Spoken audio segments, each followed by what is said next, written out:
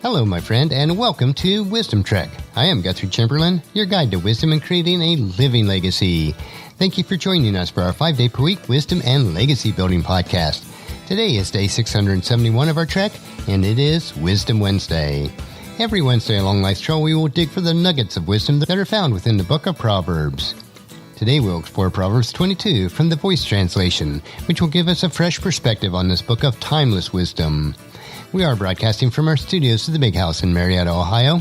Since Paula and I will be traveling for business for a little over 2 weeks, I will need to record all those podcasts in advance. We will be substituting our regular podcast with short Wisdom Nugget episodes for 3 weeks, except for our Wisdom Wednesday episodes. After that, we will return to our regular format. Today in Proverbs chapter 2, we will learn the words to the wise. This chapter is broken into 2 parts. The beginning half of the chapter, verses 1 through 16, is the last of Solomon's 375 Proverbs. The final 16 of that collection talk about prosperity and challenge those with many resources to live by God's view of wealth. God's favorite currency is justice. This truth is evidenced by the centerpiece of this 16-verse set, verses 8 and 9, a literary pair focused on generosity to the poor. Verses 17 through 21 are an introduction to a new section of the book of Proverbs called The Words to the Wise, from chapter 22, verse 17 to chapter 24, verse 22.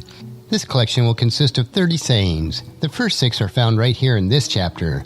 These sayings are different from the 2-line Proverbs that we are used to reading. These sayings are usually longer, 4 to 6 lines in length, although some are one-liners, such as chapter 22, verse 28. Before the sayings begin, though, I will first read the introduction, which is verses 17 through 21, which reminds us of the voice of the Father. If you don't remember, he is the one with all the speeches to his son in chapters 1 through 9. He implores his son to listen to the wisdom and apply himself to knowledge, or, as he says in verse 19, that your trust may be in Yahweh. Trusting in the Lord is the purpose of this ancient book of wisdom. You might want to listen to this episode multiple times, or reread the verses 17 through 21, investing some time meditating on the purpose of the Father's heart for you. Listen intently as I read Proverbs chapter 22. A good reputation is preferable to riches, and the approval of others is better than precious silver or gold. Rich and poor have this in common: both are created by the Eternal. Prudent people see trouble coming and hide, but the naive walk right into it and take a beating. A humble person who fears the Eternal can expect to receive wealth, honor, and life. Thorny branches and traps lie ahead for those who follow perverse traps. Those who want to preserve themselves will steer clear of them. Teach a child how to follow the right way. Even when he is old, he will stay on course. The rich lord it over the poor, and the borrower is a slave to the lender. Those who sow injustice reap disaster, and their methods of oppression will fail. Generous people are genuinely blessed because they share their food with the poor.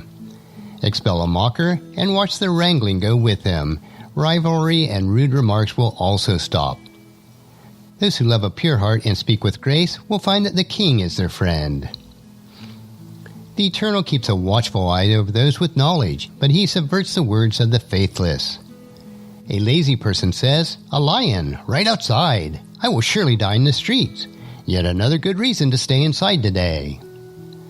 And alluring words of a seductive woman are a deep hole. The Eternal is incensed toward those who fall in.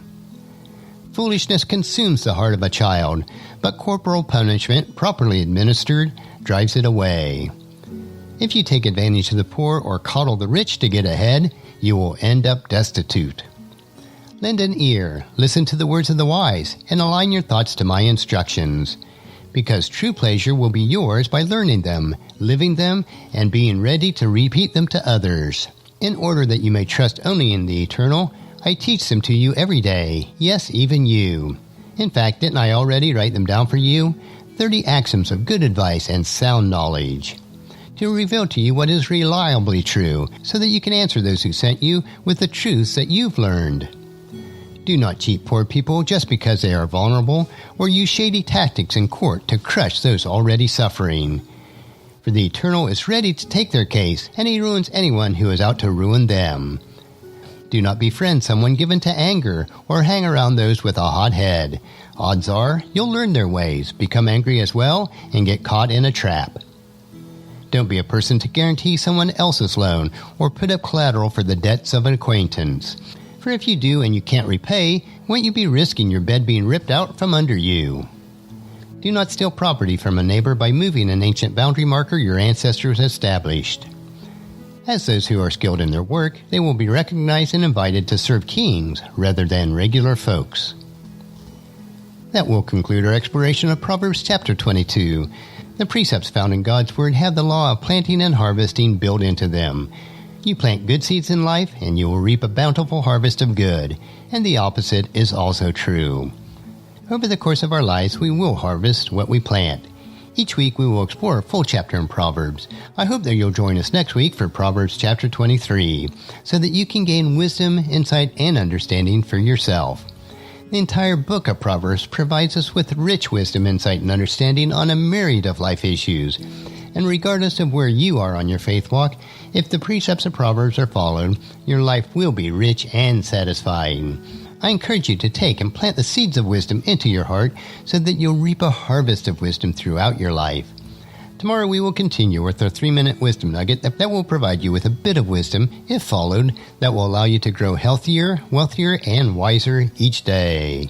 So encourage your friends and family to join us, and then come along with us tomorrow for another day of Wisdom Trek, creating a legacy. That will finish our trek for today. If you'd like to listen to any of the past daily treks or read the Wisdom Journal, they are all available at wisdom-trek.com.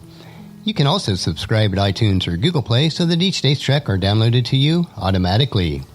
And thank you so much for allowing me to be your guide, your mentor, but most importantly, I am your friend as I serve you through the Wisdom Trek podcast and journal.